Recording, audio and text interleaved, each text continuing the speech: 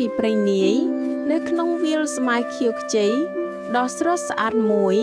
មានហ្វូងសត្វជាច្រើនរស់នៅដែលក្នុងមានសត្វទន្សាយឆ្លាតវៃមួយព្រមទាំងខ្លាមួយយ៉ាងធំរស់នៅជាមួយផងប៉ុន្តែសត្វខ្លាជាសត្វដែលបរិភោគសត្វជាអាហារហេតុនេះហើយទើបធ្វើឲ្យសត្វទាំងអស់ភ័យខ្លាចគ្រប់គ្នាថ្ងៃមួយខ្លាឃ្លានណាស់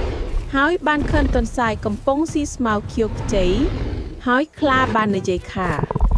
ហេទន្សាយតូចថ្ងៃនេះអ្នកជាអាហារខំហើយទន្សាយបានឃើញហើយផាត់ភីណាស់ទើបគិតមួយសន្ទុះហើយនិយាយថាបាទលោកបងខ្លាខ្ញុំជាអាហាររបស់លោកហើយ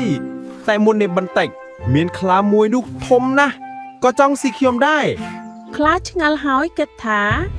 យីមានគេធំជាងអញទៀតខ្ញុំចង់ឃើញវាណាស់តើវាធំប៉ុណ្ណាទៅពេលនោះទន្សាយនិយាយថាបើបងចង់ឃើញខ្ញុំនឹងនាំលោកបងទៅជួបពេលនោះខ្លាយល់ព្រមហើយដើរតាមទន្សាយទៅដើរទៅដល់អណ្ដូងទឹកជ្រៅមួយហើយទន្សាយនិយាយថា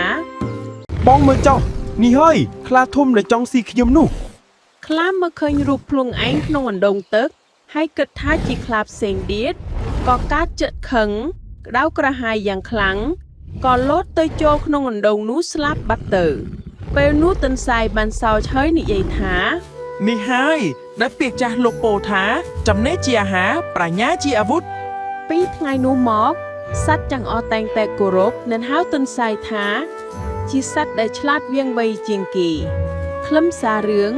ភាពអំនួតនាំទៅរកភាពបរាជ័យ